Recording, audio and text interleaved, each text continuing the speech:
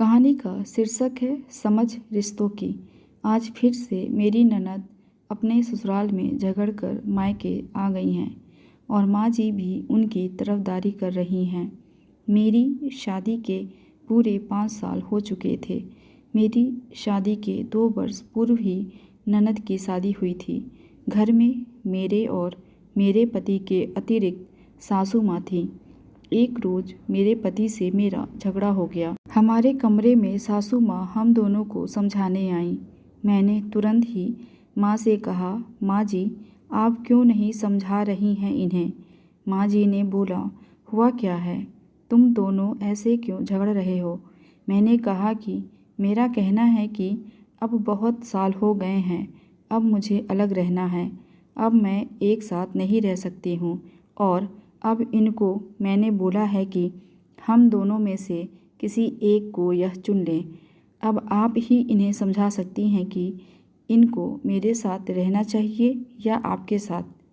मुझे लगता है आपसे अच्छा इन्हें कोई नहीं समझा पाएगा। माँ जी की कुछ भी समझ में नहीं आ रहा था। उन्होंने बोला, अरे यह क्या बोल रही हो, भला मेरा बेटा मुझ में और तुम में से किसी एक को क्यों चुनेगा। अभी तक तो सब ठीक ही चल रहा है हमारा। तो मुझे तो कुछ भी समझ में नहीं आ रहा था। क्या ऐसा भी कहीं होता है कि पत्नी और माँ में से किसी एक को बच्चों को चुनना पड़ता है। पत्नी और माँ दोनों ही बच्चों के लिए परिवार होती हैं। यह तो बिल्कुल गलत बात बोल रही हो।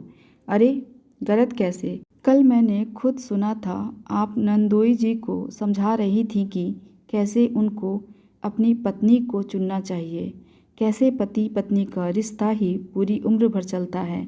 आप उन्हें बता रही थी कि उन्हें अपने बच्चों के भविष्य के बारे में सोचना चाहिए, ना कि दुनियादारी के बारे में।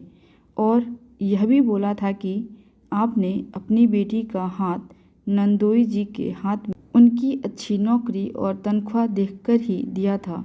बस यही कुछ तो समझाना है आपको अपने बेटे को भी कि कैसे पति पत्नी का रिश्ता ही सिर्फ दुनिया में सबसे मजबूत रिश्ता है।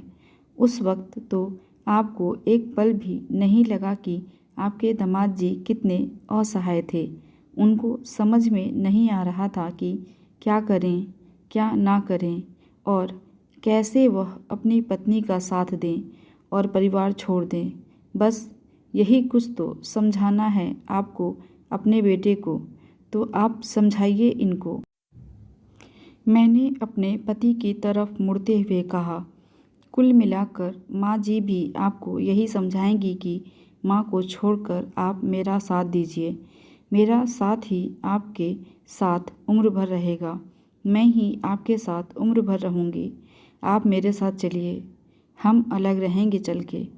हम अपना अच्छा भविष्य बनाएंगे। हम अपने बच्चों को अच्छी शिक्षा देंगे। माँ जी अचानक से अपने बेटे के सामने खड़ी हो गई और रोने लगी। नहीं नहीं, ऐसा मत करना। मैं अपने बेटे के बिना नहीं रह सकती हूँ। मेरे बेटे को मुझसे दूर मत ले जाना। मेरी मति मारी गई थी जो मैं दामाद जी को उल्टा सीधा बोलने लगी थी, दामाद जी को गलत सलाह देने लगी थी।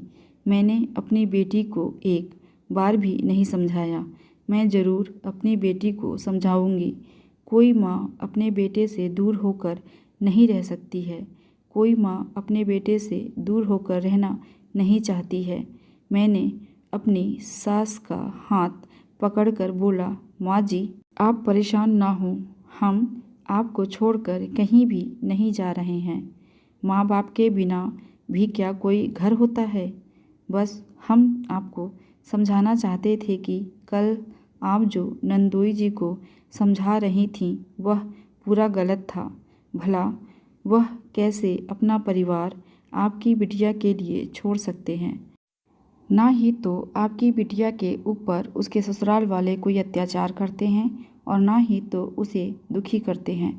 मात्र थोड़ी मर्यादा में रहना, मात्र थोड़ा सा घर का अधिक काम पड़ जाना, इसका हल यह नहीं है कि हम माँ बाप को छोड़कर अलग रहें।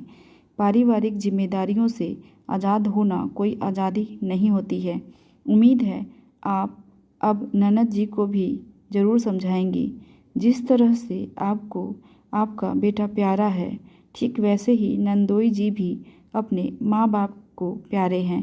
भला उनके माँ बाप अपने बेटे के बिना जिंदगी कैसे जिएंगे। माँ जी को अब समझ आ गया था। बहू ने जो समझाया वो अब पूरे जीवन में नहीं भूल सकती थी। उन्होंने अपनी बेटी को बहुत प्यार से समझाया। ननद को भी समझ आ गया कि ऐसे अपना घर नहीं छोड़ना चाहिए। उसने मुझे धन्यवाद कहा और एक घर को टूटने बिखरने से बचा लिया। कैसी लगी आपको ये कहानी कमेंट करके ज़रूर बताइएगा। ऐसी ही कहानियाँ सुनने के लिए चैनल को सब्सक्राइब कर लीजिए। मिलते हैं अगली कहानी के साथ। धन्यवाद।